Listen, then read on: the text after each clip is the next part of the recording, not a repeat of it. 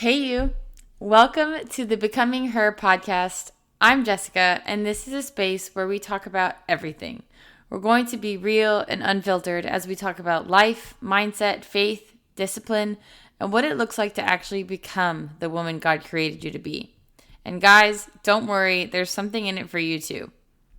So wherever you are right now, driving, working out, enjoying your morning, or maybe even ending your night, I'm happy you're here. And I hope you enjoy this episode.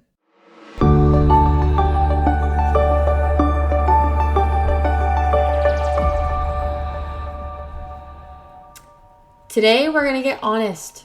We're going to get really, really honest. And I'm going to convict you because I've had so many conversations with people who tell me that they're waiting for something. And so I want to ask you, what are you waiting for? Are you waiting till you have more money? Are you waiting till you're in a relationship? Are you waiting till you're married? Are you waiting for that next job? Are you waiting for what? Till you move? Are you one of those people who keep saying they'll wait till they'll start on Monday? Are you waiting for, I don't know, more experience till it feels right? Good Lord, stop waiting. I've had way too many conversations with people who are waiting, and let me remind you, the world doesn't stop. Time doesn't stop. So while you're waiting, the world keeps turning. Stuff keeps happening. Time keeps going. You're going to be so stuck in waiting that you're going to wait your life away. And I've caught myself in that sometimes too, where I'm like, okay, well, I have to wait for this until I go on that trip, or I have to wait for this until I can send that message or do that thing, or whatever the case is. We all tend to wait on something, and that wait is a cop-out for our fear and for our anxiety. And I wonder how many beautiful moments I myself have missed because I was so focused on what's next and I was waiting for the right time. Life is happening the whole time you're waiting. So let's talk about this because, like I said, I'm here to get you to stop waiting. And I think our generation is also addicted to what's coming next. The next vacation, the next relationship, the next paycheck, the next milestone, the next promotion, the next house, the next body, the next season. We've become so future focused that we've also forgotten how to be present. So that whole waiting thing you're doing is keeping you living in the maybe, the future focused mindset, the what's going to happen. And while you're doing that, you're missing everything that's happening right now in front of you and around you and in your life and all the things that God is doing at this very moment because you're so focused on waiting for what's next. And let me tell you this. My mom used to say this to me when I was a kid. A watched pot never boils. But the moment that you walk away from that pot, time goes by and before you know it, it's boiling. So if you think, and oh my gosh, I'm going to bring up an example from a sermon that I heard a long time ago when I lived in Charlotte, and it was by Rich Wilkerson, and it was, yes, we're going to go there. It was a dating sermon, and he talked about how we get so stuck in the waiting season, in the, oh, I'm just waiting on God, and you don't find what you're looking for, and you don't get out there and do anything with your life because you're just waiting on God. And that's such a Christian cop-out. And it's probably one of the most frustrating things. Because, listen, you can wait on God and still work. There's a saying that goes around that it's when God's making you wait, do what waiters do, and they serve. Stop being so complacent. Stop being so lazy. Because if you didn't know, laziness is a sin, and it's mentioned in the Bible. But back to the joke that I'm going to make before things get serious. There may be more jokes, but regardless. This Rich Wilkerson talks about in this sermon where he says, I want to word it right, but it was in dating, and he was how everyone's oh, I'm just waiting on God. I'm just waiting on, and it's you're not going out there, you're not going on dates, you're not putting yourself out there, so on and so forth. And then he makes the joke where he was yeah, are you waiting on that Uber driver? Because if that's all you're waiting on, then you might as well sign him up to be your boyfriend. Because if you're not going out there and doing anything, you're just waiting on God to bring you your husband. Well, guess what? That Uber driver is going to look real nice real quick because that's the only person you're seeing. And I know he worded it differently, and if you're curious, message me and I'll send you that sermon. But the whole point in what he was trying to get at was like, whoever you're waiting on, whatever you're waiting on, you can wait all you want, but if you're not going out and doing something, if you're not continuing to live your life, you're going to be waiting forever.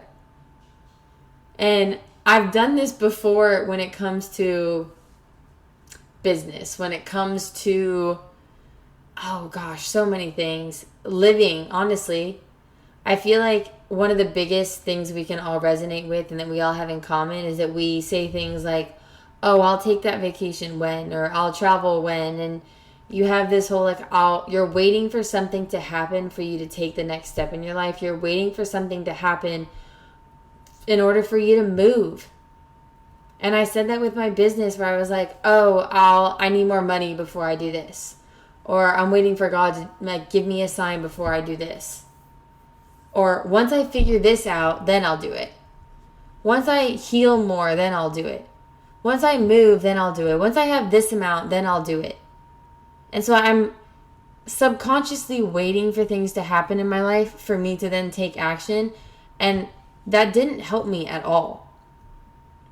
Every time I reached for the thing I was waiting for, I always had some other excuse. And I'm sure you can resonate with what I'm saying right now. A lot of you are probably like, ooh, yep, I've done that too.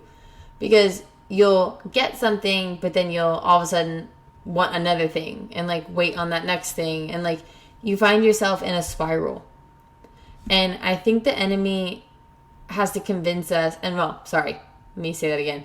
I don't think the enemy has to convince us that our life is quote unquote bad, because all he has to really do in our life is get us to wait on things. Sometimes all he has to do is convince us that life starts tomorrow. That we can't do anything right now because we have to wait till tomorrow. We have to wait till next week. We have to wait till we're older. We have to wait till we have more money. We have to wait until we're married. That we can't do things alone. That we can't try. That we can't fail. Because if we fail, then we're a failure. So we don't want to fail. We have to wait for everything to be in perfect condition. And we have to wait for us to be the smartest and most beautiful and da-da-da-da-da. You're waiting. And you need to stop waiting. And I want to bring you to Exodus. Because we have to think about the Israelites for a second.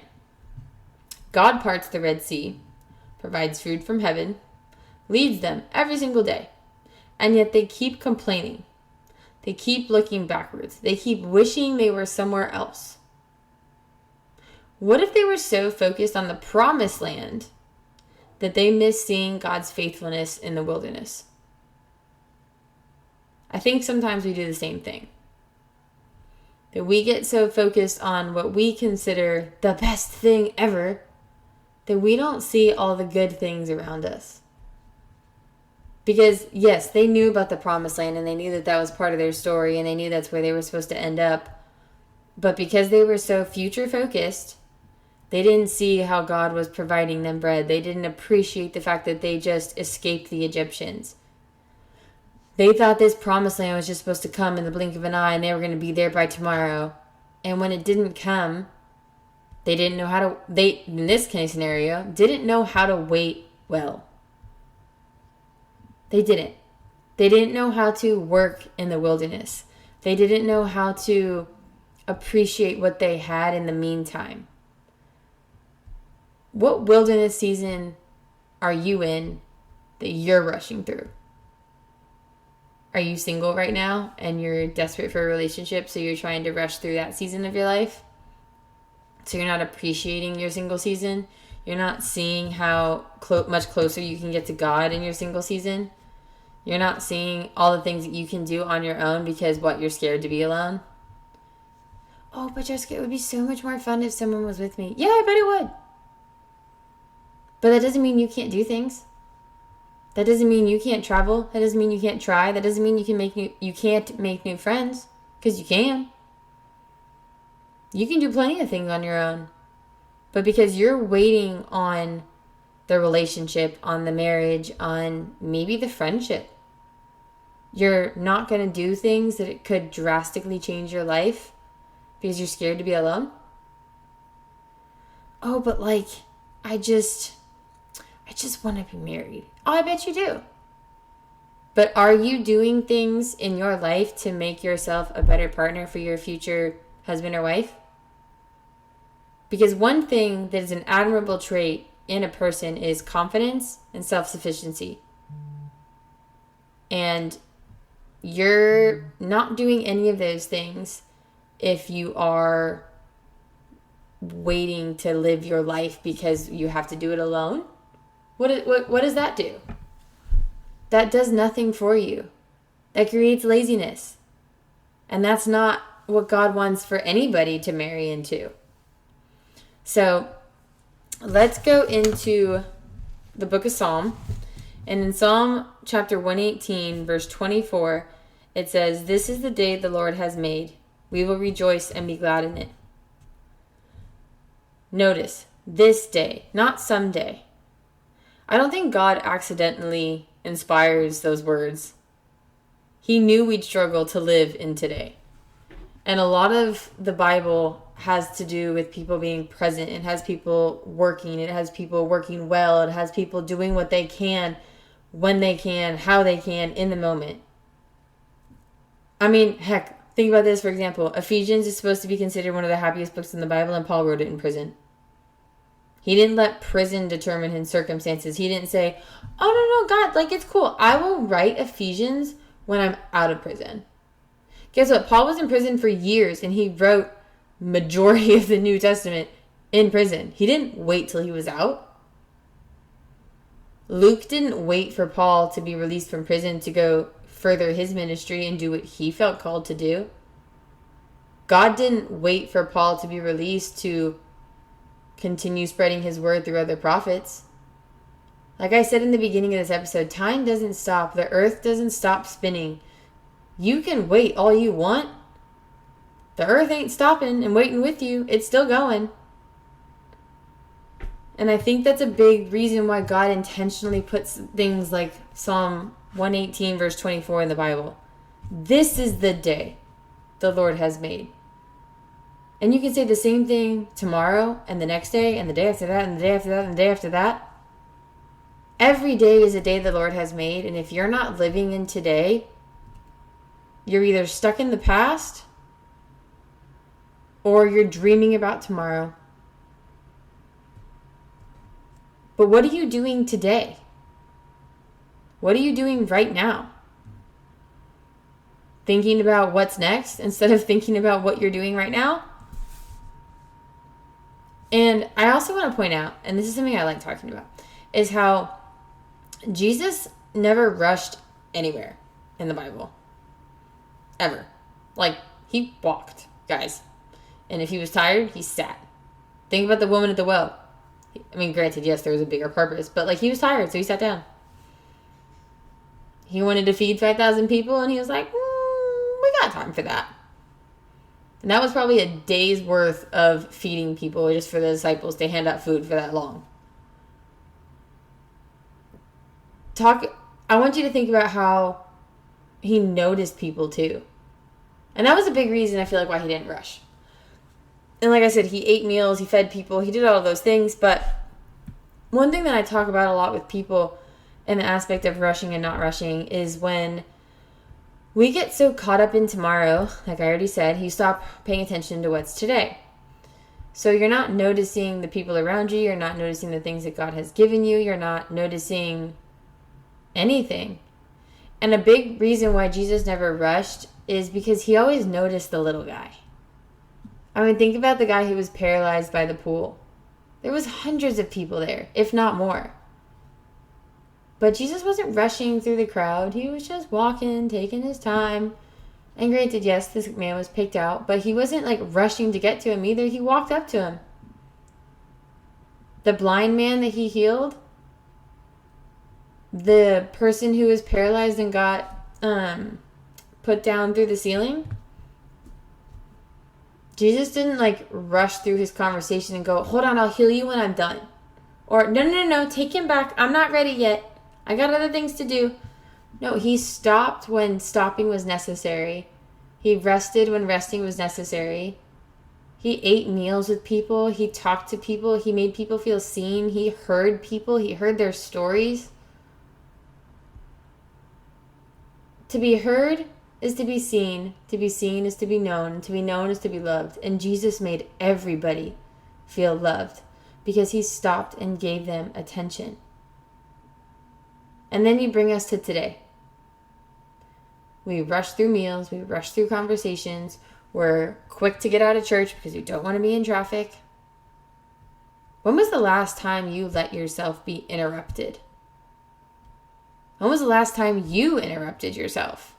Interrupted your thought process long enough to just sit? When was the last time you did something that was inconvenient to you in that moment?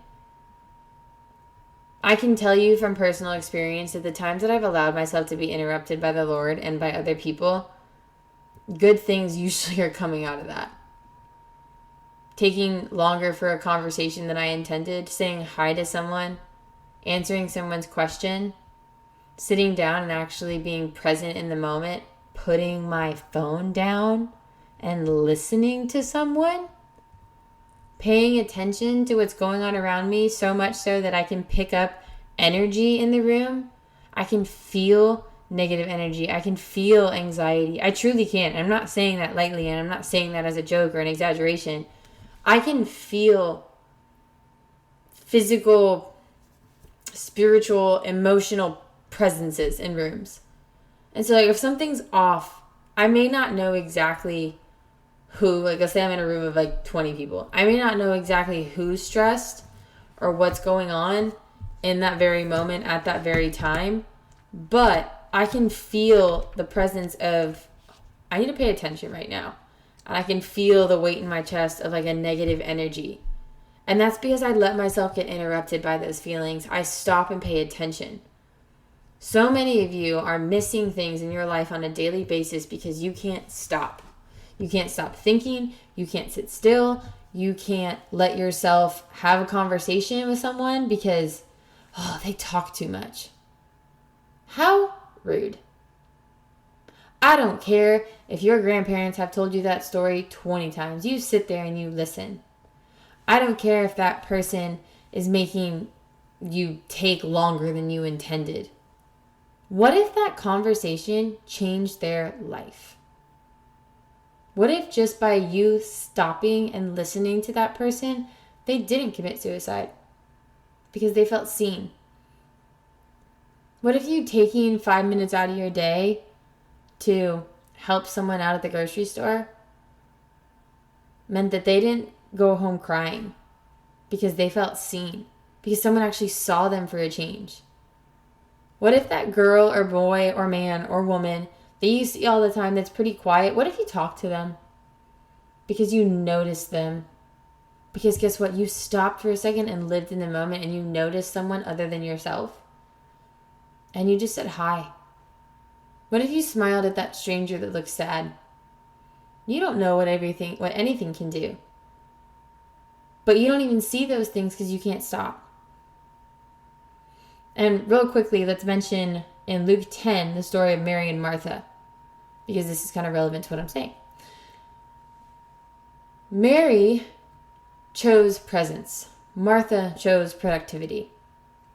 Neither one were necessarily wrong. There was just a timing for everything. Mary understood that the timing of the things and what she needed to do and what was more important is to be in Jesus' presence.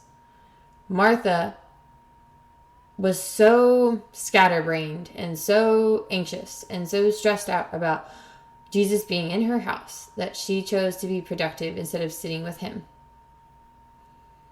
And I wonder how many of us are asking Jesus to bless a pace he never asked us to live. You're asking him to do things now, to do things faster, and he's trying to make you into a different person. He's trying to shape you and mold you and change you. And that's why things are taking a little bit longer, is because you're not getting the point. You're not grasping that part. And so things are taking longer because God is trying to help you become the person that you need to be for that thing.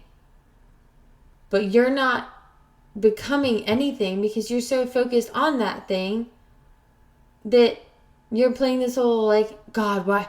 When is it going to happen for me? Why isn't it happening for me? God, you're not listening to me. God, you're not this. God, you're not that. Instead of seeing that where God has you is where God needs you and where you need to be, because you have so much to learn before he gives you that thing. And so I came up with an example today, and I posted it on TikTok, and I talked about how everyone wants the blessing, but how are you supposed to receive a blessing from God if you're so far away from him? Because if you think about a package or a birthday present, isn't it so much easier to hand it to someone you're right in front of rather than mail it? Because if you mail it, you don't know when it's going to get there. You don't know where it's going to be. It could get lost. It could get broken. You have no idea. Sure, it may get from point A to point B at some point in time. But a lot of things get lost in transit. Or they take longer than expected. And that's what's happening with your blessings. Is you're so far from God that your blessings are taking longer than you wanted. But that's not God's fault. You're sitting there waiting on something instead of actively pursuing him, instead of trying, instead of living, instead of working. And so I want to go back to the book of Exodus for a second. When God introduces himself in Exodus 3:14 as I am. I've always found it interesting because he never says I was or I will be. He says I am in the present tense. Because God continuously meets us in today, but we're constantly trying to live in tomorrow. I honestly think social media has made this so much worse too, because we're constantly consuming. We're constantly thinking about what to post, when to post. The news doesn't help. All of these things about, oh, here's what's coming, and all the ads and things, they don't help either. Because you're, instead of thinking about where you're at right now and what you can do today, you're thinking about like, oh, but in December this is going to happen. And don't get me wrong, I will be the first person to say that I am so excited for fall. So excited for the Burr months and football season and the cold and the winter and Christmas. I am so excited for those things. But I'm not sitting in my apartment every day until those things come. I'm still going out and living my life and going to the gym and seeing my friends and planning activities and doing those things. I'm still, like I said, time doesn't stop. While I love fall and I love winter and I love the holidays, 100%, I'm not sitting here like a hermit waiting for them to happen.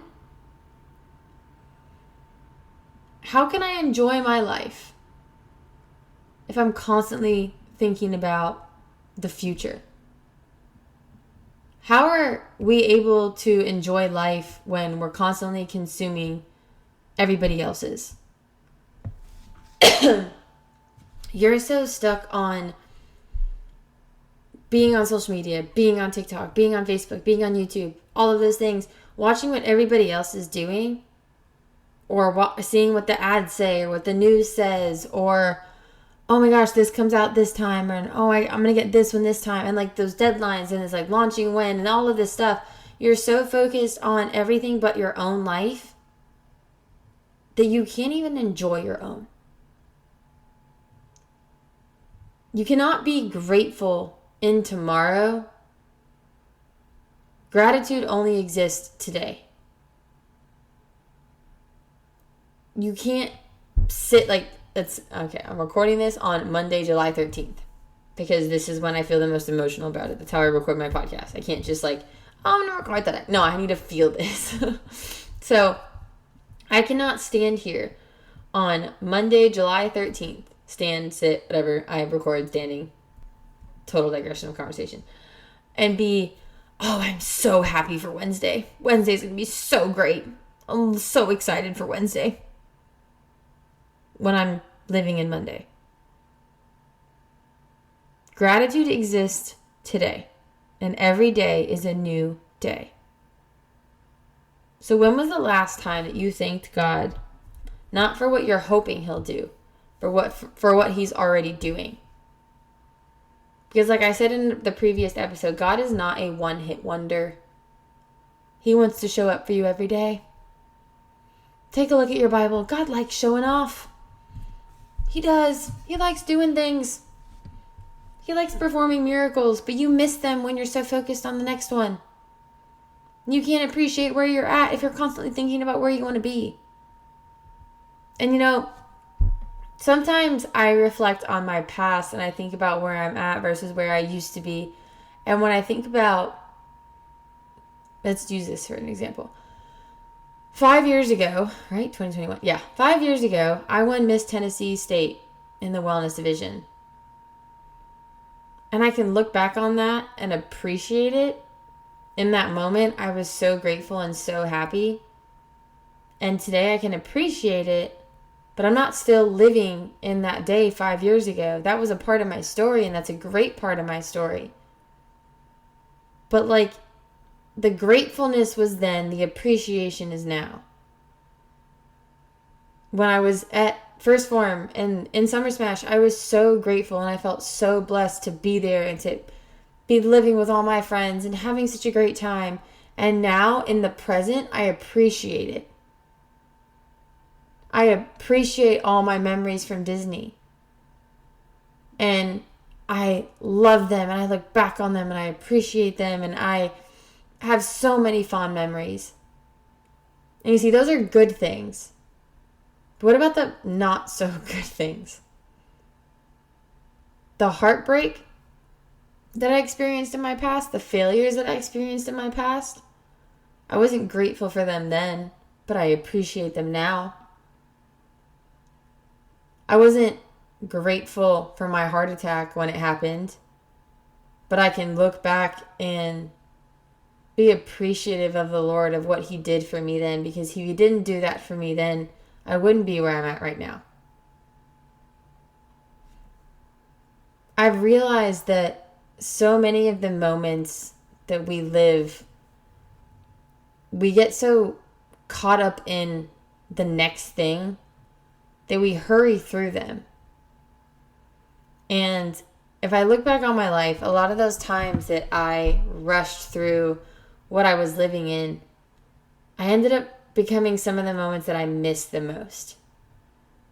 Because maybe I was on my phone too much. Maybe I was just not slowing down enough. Whatever the case is. I wish there is, and I'm going to say this and be open about it. There is some moments in my life that I really wish I could go back to so that I could appreciate them more and be grateful for them then. Yeah, Summer Smash being one of them.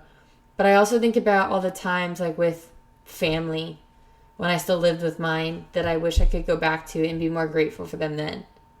Or the holidays when I was a kid. Granted, I was a kid, so it's different a little bit. Thinking about that's differently. But I wish I could go back to those times and take more mental screenshots and appreciate them more. Because it's things like that that we rush through. Or when you're a kid and you think I can't wait to grow up, life's going to be great. No, I wish I could go back there and appreciate it more and be grateful for what I had. Because now I stand here and I long for it and I miss it. What a blessing it is to miss something so great and have those experiences to miss. But how much more fun, I can use that, how much more fun it would be if you just appreciate it now instead of having to appreciate it later. And so let me ask you this. What if today you stop doing that? What if today isn't the waiting room anymore? What if you change that and today is actually your life? And you living your life? What if you stop thinking about tomorrow and you start thinking about today? Like it says in Matthew chapter 6, verse 34. So don't worry about tomorrow, for tomorrow will bring its own worries. Today's troubles is enough for today. Think about today. Focus on today. Tomorrow will come, and the next day will come, and the day after that, and the day after that, and sooner or later, our days will come to an end. And I don't know what you're waiting for today. Maybe it's healing. Maybe it's a marriage. Maybe it's a baby, a different job, a breakthrough. Maybe you're waiting for more peace. Maybe you're waiting for a prayer to be answered. And those are all very real things. And I acknowledge the fact that waiting isn't easy. But don't miss what God is doing in your today while you're waiting. Because one day you will look back and realize that the season you are rushing through, waiting for it to be over, wishing for it to be over, was the one where God was doing his deepest work in you. So think about this. What have you been postponing until someday that God is inviting you to embrace today? I know there's something. Reflect on that. Think about it. And stop waiting. Granted, I'm not saying be super impulsive, but focus on where you're at instead of longing for where you could be. And that's a reminder to myself too, because I firmly believe, and you need to believe this too, that everything that is meant to be will be. And if it's not here yet, it's because maybe I'm not ready for it or it's not ready for me. But one day I will be. Because God doesn't withhold anything from his children. He wants to bless all of us. He wants to perform miracles. He wants to show off. We have a loving God who wants nothing more than to see us happy and thriving. But he can't give us something we're not ready for. So what have you not been doing? What do you need to do? I want to end with this prayer to help you a little bit. Dear God, say this with me. Dear God, help me stop living for when. Help me see what you're doing today. Open my eyes to the blessings I've overlooked because I've been so focused on what's next.